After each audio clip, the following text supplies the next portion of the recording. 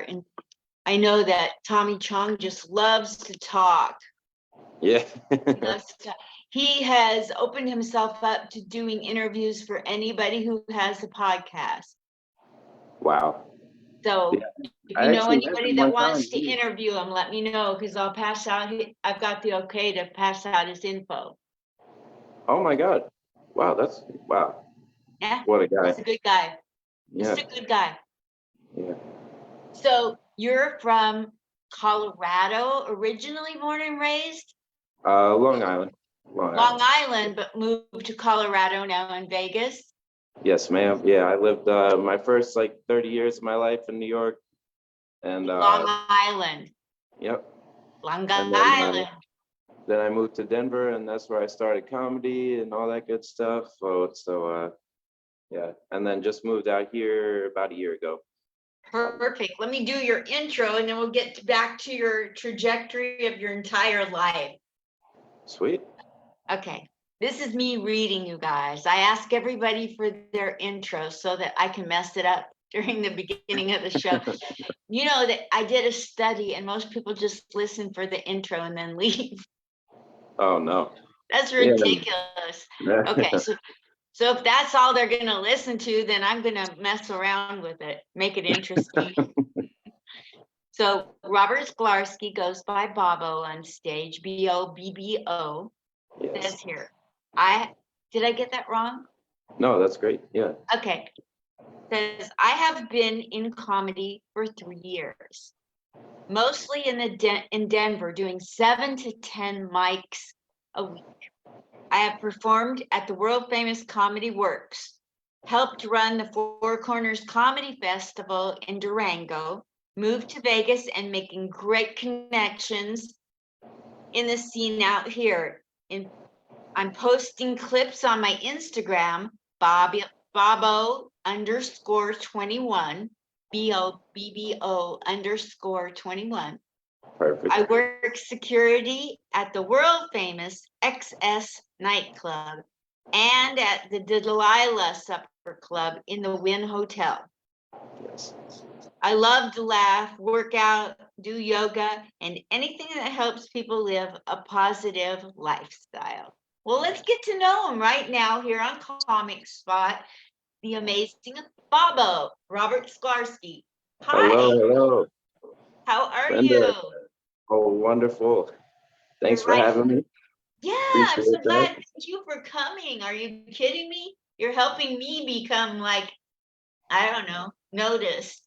If I can get comedians on here, then I get noticed. It's all about me. Just kidding. Yeah. Just kidding. I love to get comedians on to talk about their whole life, because whether comedians watch or people who are thinking about becoming comedians or people that don't ever want to be a comedian, they're going to get to know you, like you, follow you, want to promote your comedy, come to your show, buy your merchandise. That's the stuff that we're looking for, is just another way that people can get to know you and choose to go support you. And that's one of the reasons why I moved to Vegas, because before I visited here, I checked out the comedy scene, and everybody was just like, what's your Instagram? What are you doing? What, like everybody wanted to help and network. And so that made me, definitely made me feel like moving out here was the right decision. And I've loved it ever since. Yeah, nothing. I'm telling you, like I came into comedy at 63 with a brain injury, and I did comedy in New York and got stronger. Portland, Southern California, and nothing made me stronger than doing the rooms in Vegas. Wow. Yeah, they definitely want it to be funny. If it's not funny, they're not gonna laugh. So yeah, I've realized that. Yeah, people come here to be entertained, and they know what entertainment is. Yeah, I've also had a brain injury too, so I feel for you. Yeah, oh my gosh! All right, well, let's talk about, when was yours? When I was 27, I had a seizure and I hit my head, and I lost all my memory basically around the time it happened. Like I remembered stuff from when I was young, but at the time, like I had to go back to work and be like, hi, I've worked with you every day for 3 years. I remember your face and your energy, but I don't remember your name or much of what we talked about. So yeah, that was tough. But Wow. working Well, through, God bless you for you making just it. How long ago was that? 10 years ago. Yeah, I'm 37 now, so that was 10 years ago. And luckily it's through a lot of meditation, good eating, having to write a lot, helped me just slowly get back in the game. And, so Yeah. yeah, I feel for you. Yeah, the connections in your brain will repair themselves, but you also have to do the work. You have to exercise those muscles. Yeah, so funny story. After that happened, I was determined that I was going to help myself relearn everything, right? So I was working in a hospital, Stony Brook University, very well-known hospital in New York. It's attached to a college, so Is that um, SUNY?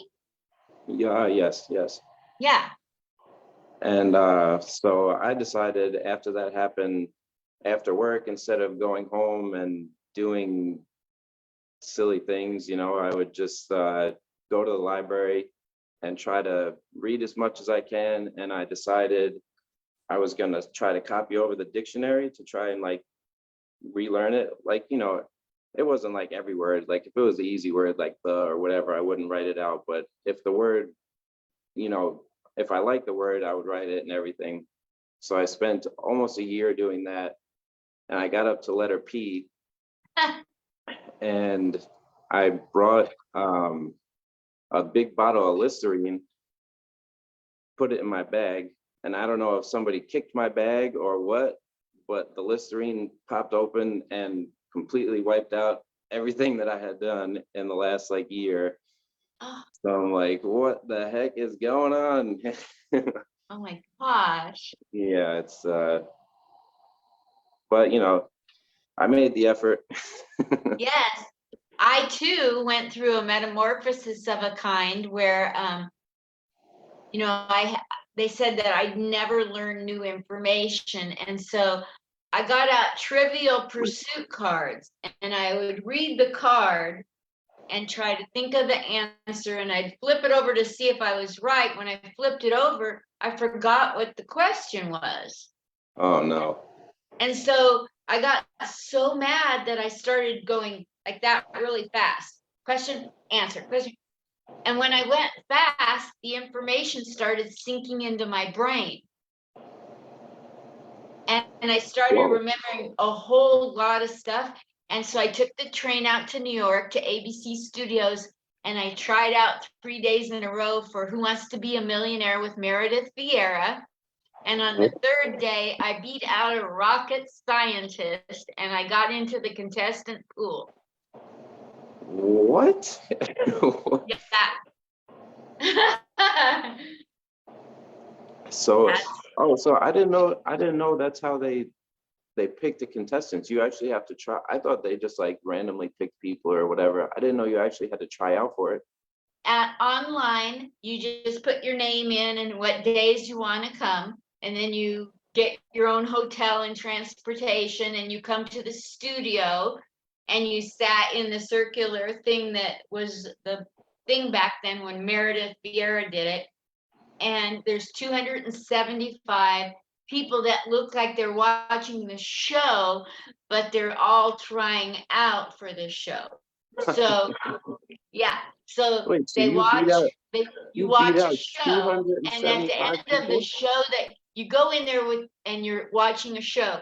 At the end of the show, they give you a piece of paper with 30 questions, and you have 30 minutes to write down 30 right answers.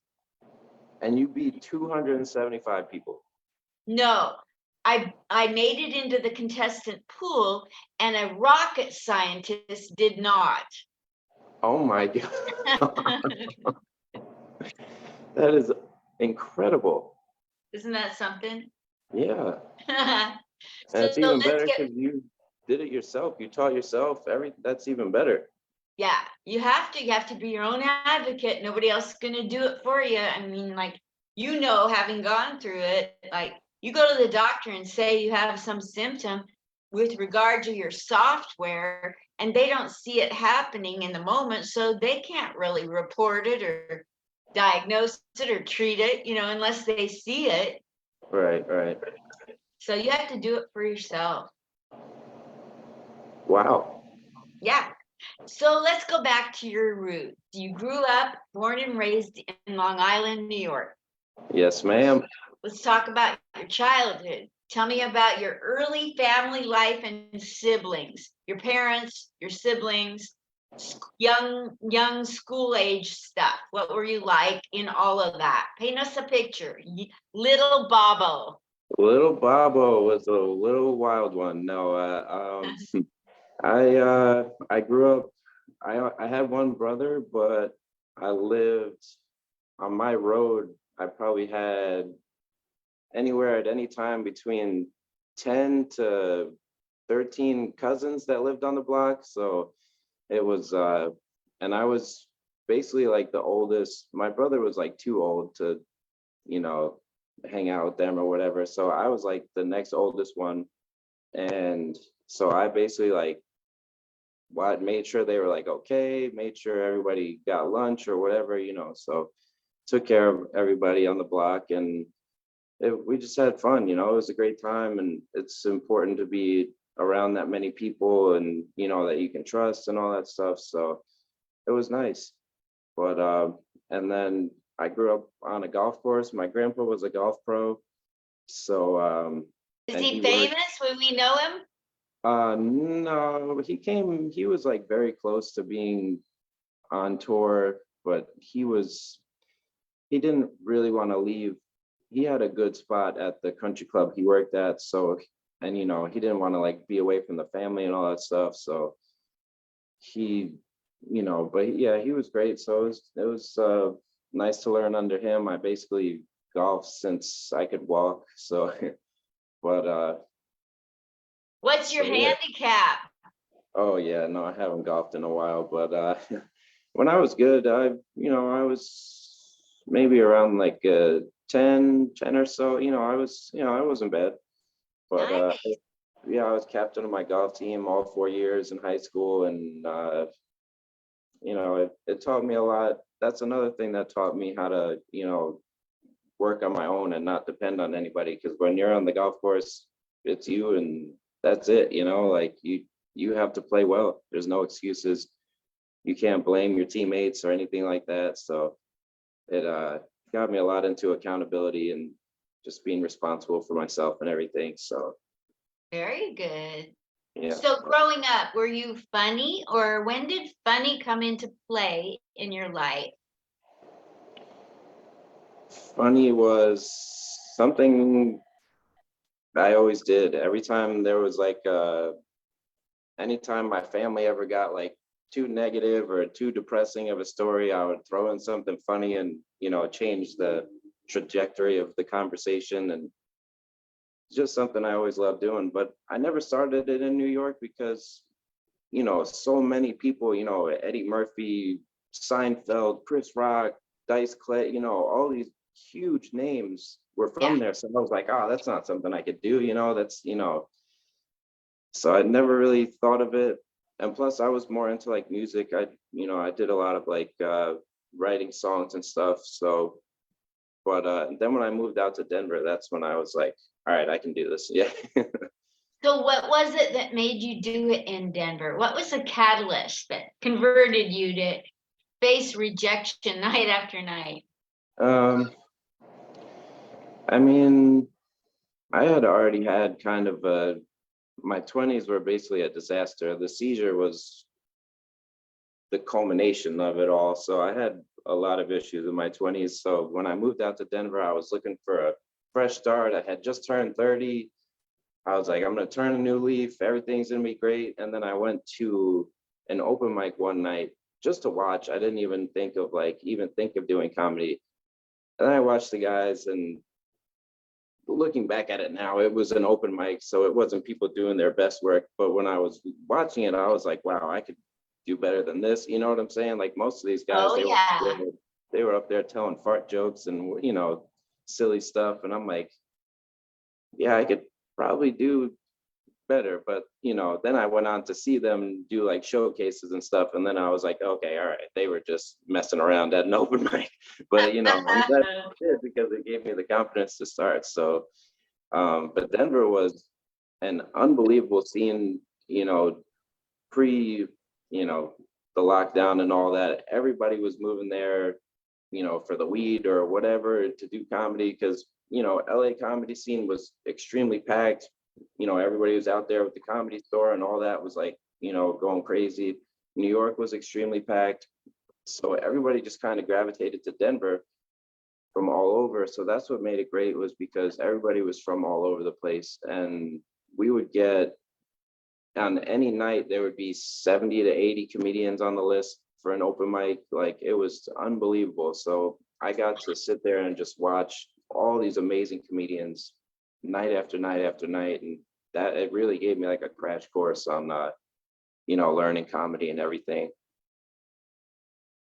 So who do you remember that we would know that made a real impression on you during those 70 to 80 comedians a night? Brant Tolber was great. He was kind of like the first bigger name guy that approached me and was like, hey man, you should keep doing this, you know, kind of thing. He gave me a lot of encouragement. So definitely thankful for that. Josh Blue, phenomenal. Michael Isaacs, he was, if you talk about people that can make any situation funny and like off the wall funny, like something you would never think of, Michael Isaacs was like the master of that. He's just, oh my God, he was unbelievable. Why do you speak of him in the past tense? Did he pass away? Oh no, I just kind of think of like the past of me doing comedy there, I guess. Yeah, Yeah. yeah. And I haven't really, you know, yeah. No, I'll no, look, he's I want definitely, to look him up, but I didn't know if he was alive today.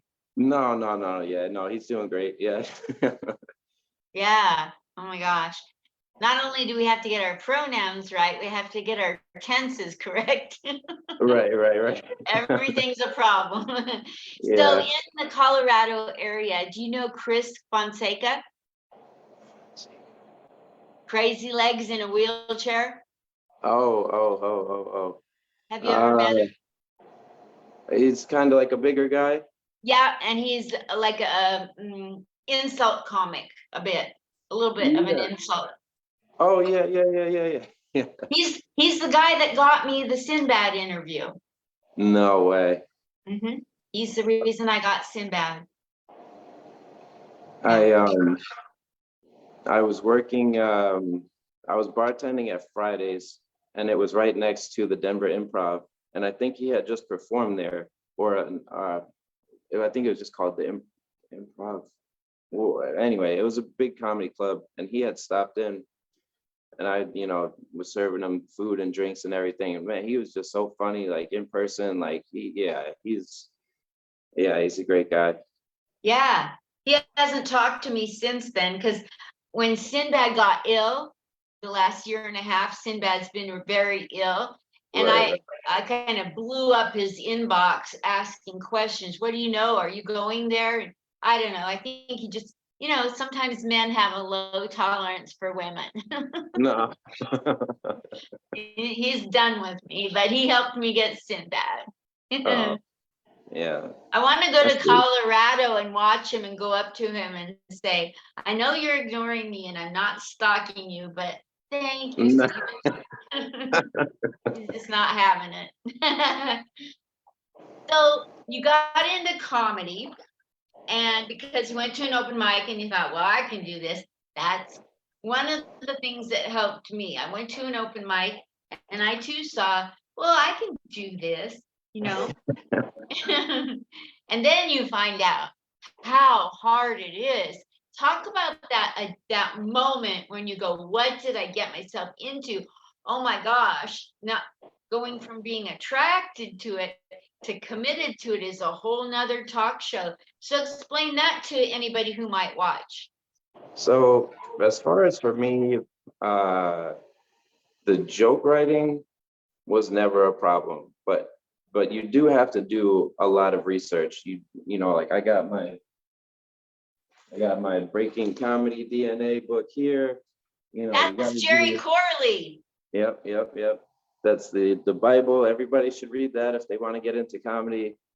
Um, but as far as that, I was always funny. It was more of dealing. It was more of like my life because at the time when I started, I was like 270 pounds. I was probably like 50 pounds heavier. I didn't have the confidence that I have now. I didn't realize all of the issues in my life that I had to deal with that would show up on stage, you know, if you weren't completely confident with yourself, you know. So that was more of the commitment that I Yes. had to make sure I stayed healthy, make sure I did my breathing, my stretching, ate right. And so that's honestly why comedy has like helped keep me in check in life. And, you know, you can't be too you can't be too high on stage. You can't be too drunk, at least for me. Other people can pull that off, but not me. Right? God So, bless them. God bless them if they can. yeah. God protect them. Nowadays with fentanyl, oh my gosh, Yeah, it's too much. nothing's, you can't even be sure that the pharmacy's gonna have your Adderall, you know? Yeah. So many issues with healthcare and even like they've legalized marijuana, but who knows, you know, what you're getting in it. Yeah, exactly. Yeah, you got to make sure, don't buy the cheap stuff. I'll tell you that. Don't do that. Just if it's a little more expensive, smoke half as much and just enjoy it more. Like it's don't if there's a sale where it says, you know, $10 for something, don't buy don't buy that. Make sure it's, you know, made right, grown right, you know, Yeah. everything. But So tell me some things you've learned along the way getting into comedy that surprised you, other than the work it takes. um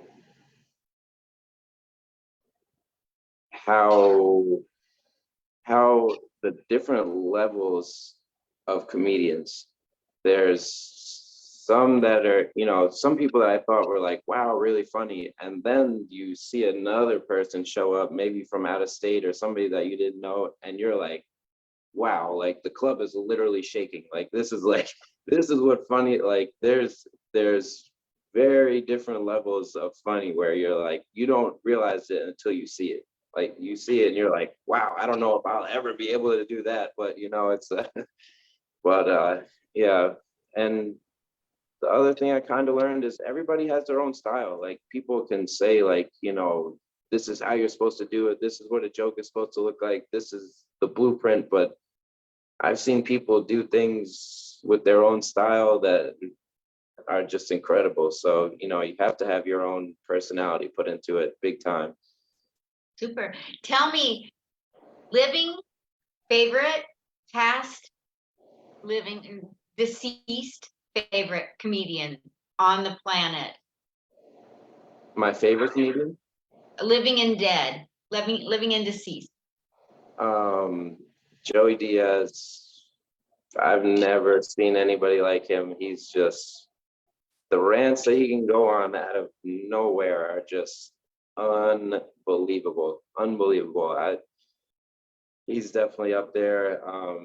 Chappelle, obviously. Chappelle, Cat Williams. I mean, just Those are your top. yeah. Oh yeah. But I mean, I can literally watch anybody and find a reason to like them. You know, I mean, it's just so many different styles, so many different everything. You know, so you know, other people like, you know, Rogan, Tom Segura, that they paved the way as far as like the podcasting and all that stuff. Like Tom Segura took it to a whole new level as far as like what you do off of the stage to get like popularity and everything. And, you know, it's just, Let's talk about that for a bit. Let's open up that Pandora box right there. So there's so much you have to do before you go on stage. You talked about that research, of course, memorizing and how to deliver it and watching other comedians. And then there's the actual doing of the comedy and the rewriting when you get off.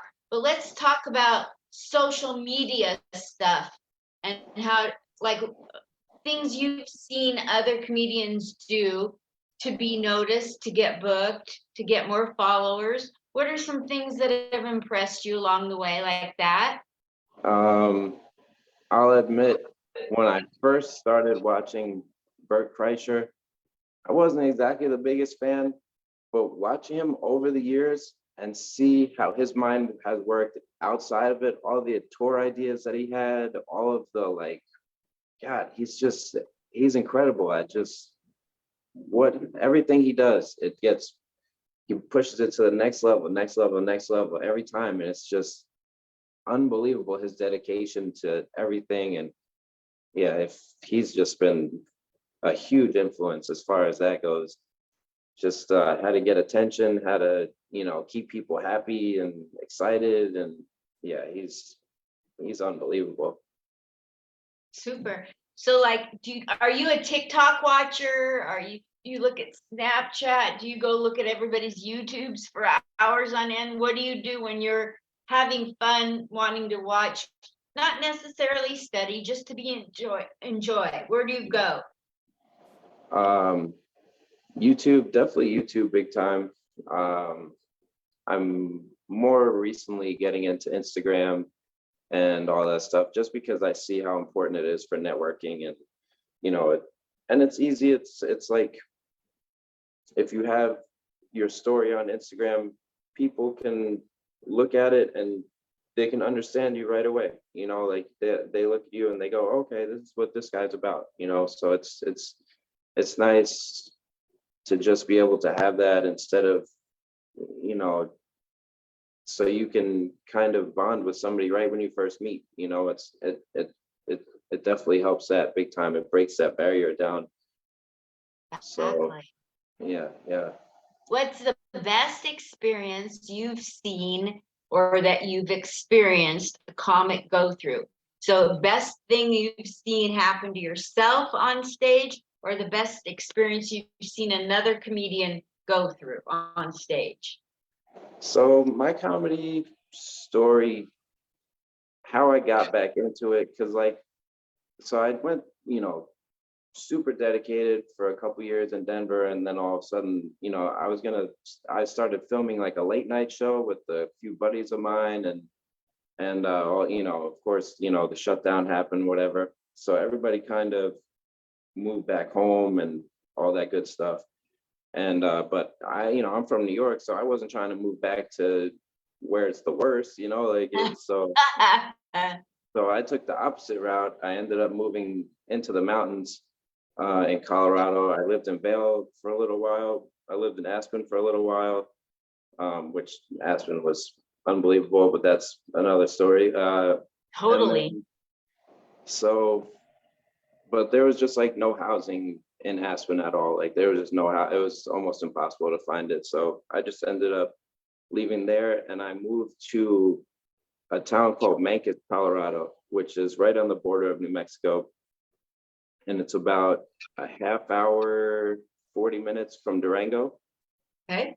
which they have a great comedy scene out there. Even though it's a small town, unbelievable comedy scene.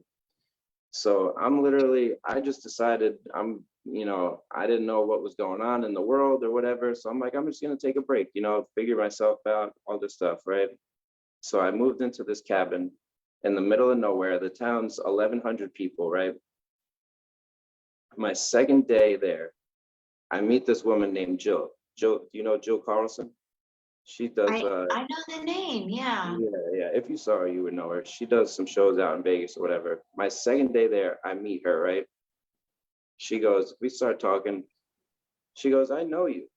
I'm like, you don't know me. We're in the middle of nowhere. We're 7 hours from Denver. It's not like we're around the corner, right? She goes, no, I know you. You did comedy out in Denver. And I'm like, what? She goes, yeah, I've seen you. she goes, there's some guys that started out here and then they moved to Denver to get some exposure. She goes, I've seen you in pictures with them. She goes, if you're in pictures with them, you at least have to be dedicated to comedy. You know, like they don't just mess around with anybody, right? So she goes, I run the scene out here. I do shows in Vegas and everything. Here's the list of the open mics. She's like, go to the mics, right? So I start going to the mics, which I didn't know what to expect because Durango is like a cowboy town. You know, everybody, I'm this big Italian New Yorker, you know, I'm like, I don't know if they're gonna like me, you know, or whatever. I go there, the scene is like, they are so, they will laugh, they won't judge you. They're like so open. It's a great audience. And, you know, since it's such a small town, there was maybe 10 or 12 consistent people on the open mic, and most of them were great. Like eight out of the 10 of them were great. So I was very, very, very pleasantly surprised with the scene, right? So Jill runs a comedy festival out there, and every year it's called the Four Corners Comedy Festival. So she goes to me, she goes, people already submitted their applications, you know, their videos and everything, and they paid for it. So she goes, I can't guarantee you a spot on it, but if you want, you can help me pick out the, contestants, you know, who's going to be on the festival. She goes, I'll show you how to do all the social media.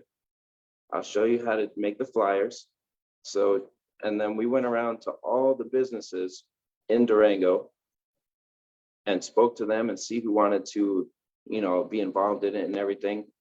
So she basically taught me how to run an entire festival, right? Like we worked together for hours every day.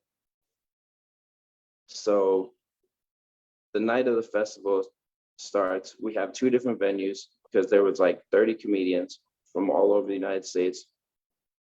And she goes, you run the one at Durango Arts Center tonight, and I'll be at the Science Center. I'll run that one. She goes, if you have any problems, call me or whatever, right? 10 minutes before the festival starts, Jill calls me and she goes, hey, so-and-so missed their flight. You're going up fourth. And I'm like, wait, what? She's like, yeah. She's like, yeah, 7 minutes, go for it. And I'm like, okay. I had kind of had stuff prepared, but I had done a few open mics before that, but you know, it wasn't like I was expecting to be on the show or anything. So so the show starts. The first three people, I'm not gonna say they bombed because I don't like saying that, but I had seen all three of them do much better before. I know what you're saying. So now I'm up fourth, and I'm like, if I do bad, half of the lineup, you know, there was 10 people on that lineup. If I do bad, then that's half the lineup that's not doing good. So like, I can't really do bad right now. So I ended up going up. I did pretty well. And then the rest of the night went smooth. But I mean, it was, you know, it's one of the craziest things that ever happened in my life. Like I moved out of there to get away from comedy, and my second day in the middle of nowhere, it happened to find me, you know, like what are the chances of that happening? I don't know. But yes. So how did the festival go? And how did you do in the festival overall? It was great. Great. It was sold out. Everything was sold out. Especially, you know, when things were kind of shaky as far as, you know, COVID and all that stuff, we still got it packed out. And we had a woman by the name of Brittany Brave. She won that year. She had won Miami's Best Comedian. She performed. She was unbelievable. I mean, I saw her do a large venue, which was like probably almost 200 people. I saw her do a smaller venue of like 30 people. And then we had like a dirty after show. We had like a dirty show. She did that too. She equally crushed on all three shows. I've never seen anything like it. Like I've never, and yeah, she was unbelievable. Her name is Brenda what? Brittany Brittany Grave. Brave, like like Brave, Brave. Got it. Yeah, Wow. she is. Oh my God, she was incredible. So yeah, so the show everything went very well, and yeah, it was an amazing experience. I had, I just to got learn to more help about, out with a comedy festival in a couple comedy festivals in Portland. It's a lot of fun. It's yeah, great networking, oh yeah, big time, big time. big time. So what is it you want to accomplish before you get old like me and kick the bucket? Uh, you know, I've learned to basically trust life and where it's going to bring me. It's like I don't, of course, everybody wants to do the big venues. Everybody wants to do, Madison Square Garden. So especially I'm from New York. Every time I went to a Knicks game, I was in complete actual shock. Uh, so I mean, all those, the Encore Theater at the Wynn here, all those type of shows. Of course, I would love to do that, but I mean, I've I've learned if I just stay present in the moment, and that everything eventually will, pan its way out, and it'll give me the best life possible. So I mean, I don't, I don't really try to think about it too much. But I mean, just moving out here, meeting everybody, and seeing all these great comedians out here, that's it's been a blessing enough already. So Many great comedians here. 30, 40 years of comedy, 50 years. right, Humble, they've been walked on, ignored, stepped on, disrespected, and they uh-huh, just stay nice and humble, waiting their turn to go back on at Laugh Factory or whatever. There's right, such great talent here. Such great talent. So yeah, let's talk a little bit about the fact that you said that you're doing whatever it is to have a healthy lifestyle, because that can inspire. A lot of times the comedy scene isn't a magnet for a healthy lifestyle, because you eat junk food, you stay up late, you get free drinks, there might be something out back by the parking lot that you'll imbibe in. Talk about your transition from eating or drinking or subs, anything goes, to this healthy lifestyle. yeah. It was um, so over growing up in New York, I was very overweight. There was amazing pizza places. My grandma was the best cook on earth. Pasta, lasagna, anything heavy, any food that's heavy and will weigh you down. So when I was 21 or 22, I was about 300 pounds. Um, I lost a lot of the weight. I got down to a little under 200. And then I went through a lot of health issues. Like when I was 23, they said I had Crohn's disease. When I was 25, they said I had rheumatoid arthritis. When I was 26, they said I had spondylosis in my back, which is basically like if you take your bottom 5 vertebrae, and instead of them being spaced out evenly with padding in between, they're basically like all mushed into one. And this is what they told me. And all three of those doctors told me that if I didn't get some type of surgery, and these doctors didn't know each other, they didn't work together, they were all independent, but somehow they all had the same saying. They all said, if I didn't get some type of surgery by the time I was 35, I'd be in a wheelchair, for all three of those reasons. And after I heard it the third time, I told the doctor, there was like a group of like 5 doctors like sitting around me, like, you need to sign this paper for your back, right now, like you're gonna be in trouble. So I said, all right, hand me the paper. And they gave me the paper. I folded it up into a paper plane and I threw it, and I told them all to screw themselves, and I got up and walked out. And from then on, that's when I really started to take things seriously.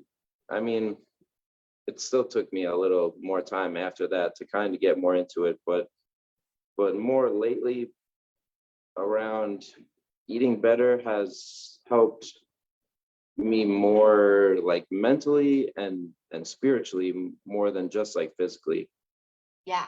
So it, people always want to look at eating good as, oh, I'm just gonna look good, but you like it helps so much more than that, like so much more. Like I'm so much more in tune with people's energies, so much more in tune with how people are thinking. Like I just feel a lot more present in the moment. I don't feel like foggy, like Yeah. things like that. So that's basically what keeps me more of wanting to eat healthy is just, You said you go to the gym and you do yoga.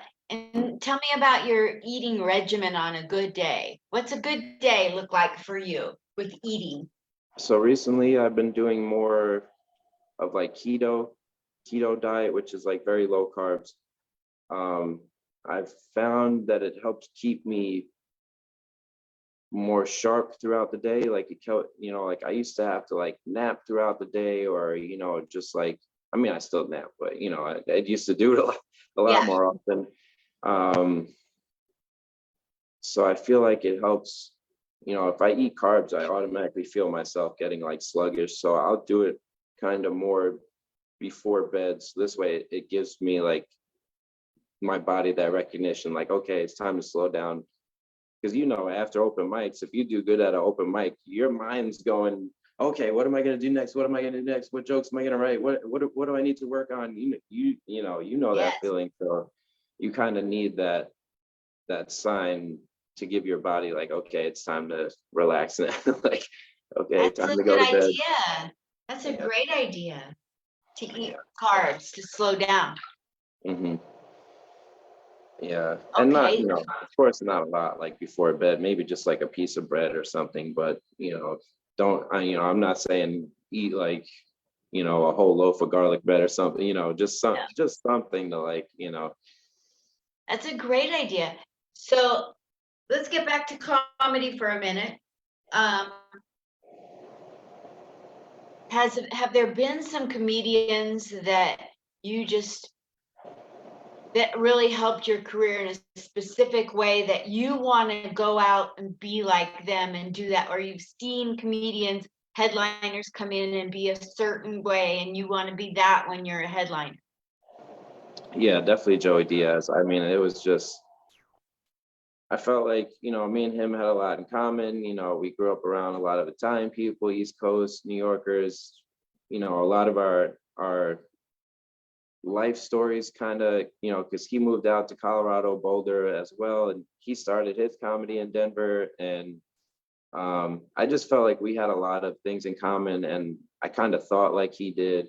He's like way more wild than I am, but but as far as that's how when I started doing comedy, it was like I was mostly like a storyteller, and that's like what he does. Like I didn't do like a lot of jokes. I've been working more like jokes into my act now, but when I first started in Denver, it was just mostly like stories, and you know um but now I'm trying to blend the two and get a nice balance.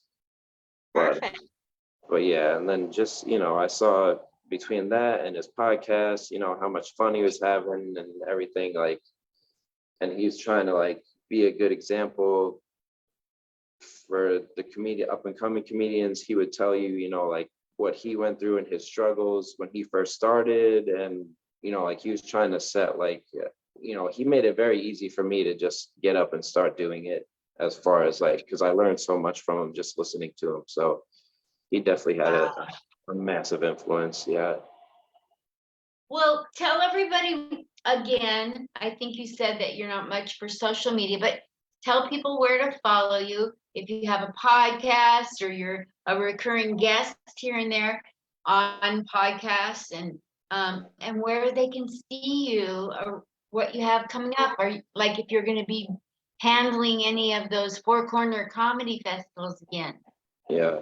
Definitely. I'll always be Tuesday, Wednesday at Wise Guys here in Las Vegas. right by the Strat. Thank you for them, to them for just, giving me an opportunity and everything. Yeah, and Bobbo _21 on Instagram. Also Bobbo's World on YouTube. I'm gonna start getting the podcast going back up again. And yeah, it's just I'm all in. I'm all in, Linda. Awesome. Well, if you want to interview Tommy Chong, tell me by message and I'll send you the email. Oh wow. I actually I met one day, so when I lived in Aspen, I was sitting in the middle of the town in Aspen, and it's like everything is basically like, it's a very small town. It's, it's only a few blocks. So everything, all the stores, restaurants are all in one area, right? So I'm sitting there eating a piece of pizza one day, and all of a sudden I look up and I'm like, is that Tommy Chong? He was just walking by himself through the town, biggest smile on his face, so happy. He was doing a meet and greet at a dispensary that was there. So he went to the dispensary, and, I just walked over there, said hi, nice to meet you or whatever. And, just such a nice guy. Oh my, I couldn't believe, like, his energy was so positive. He was just the nicest person ever. So yeah, it'd be nice, That's a great story. I wish I could meet him. I haven't met him in person. I've asked his people if I could meet him, but getting to be with him on Zoom is such an experience. So if you want to interview him, as long as he's out there kicking and still feeling good, he's going to help young podcasters by being on their shows. I couldn't believe how much life lessons and everything he was saying on your podcast. It was just I couldn't, most celebrities, when they get, big, they just, they don't maybe not give that much effort if you're not like another celebrity or something. But he just, he loved you can tell he loved every second of it. He just, yeah, it was very nice to see. Isn't he amazing? He's Yeah. like a guru, like a rabbi, Yeah. he's like everything. He's like, I think of that song, Patti LaBelle song that Oprah has, that I'm every woman. He's like every man. He's taken all the men in the world, put them all together, maybe throw in a woman in there, and he is everything. Like, he reaches and relates to everybody by just talking about life. Right. And he opens up your mind, and you have these, like, I remember telling him I'm riddled with pain in my body, right? And when I'm on stage doing jokes, I don't feel any pain. So I asked him, I said, Tommy, what is it? What is this thing where you're riddled with pain 24 hours a day, except the 5 or 15 or 20 minutes you're on stage? And he goes, did you hear that question? Yeah, he said, it's the man upstairs. Yeah. He said that when you're doing comedy, you're with God. You're the closest you're ever going to get to God on earth. Yeah. That was great to hear. That was, that was, wow. Mind-boggling, just mind-boggling. Yeah. You've been an absolute treat to have on, to get to know you, Bobbo. And you guys, Bobbo _21 on Instagram, and Robert Szklarski on Facebook. No. Perfect. Yeah, that's perfect. Yeah, man. And then your YouTube. You nailed it. Bobbo's World. Bobbo's World. I'm going to go there and subscribe right now. Thank you. Thank you, everybody, for watching. Share this, because this is great to get up and coming comedians and their lives out to people, so that he can get more followers, get more people to. That's the way you get booked more places, by having people that spread the word for you. So let's help live comedy by helping Bobbo here. Thank you. Are you going to be back at Wise Guys anytime soon? What's going on? Yes. Finally, I feel good, and finally I'm not on the road this week. I'll see you tomorrow and Wednesday. Perfect. Can't wait. I can't wait. I'll give you a big hug. Thank you so much for helping my show. You're very welcome. Thank you. Bye.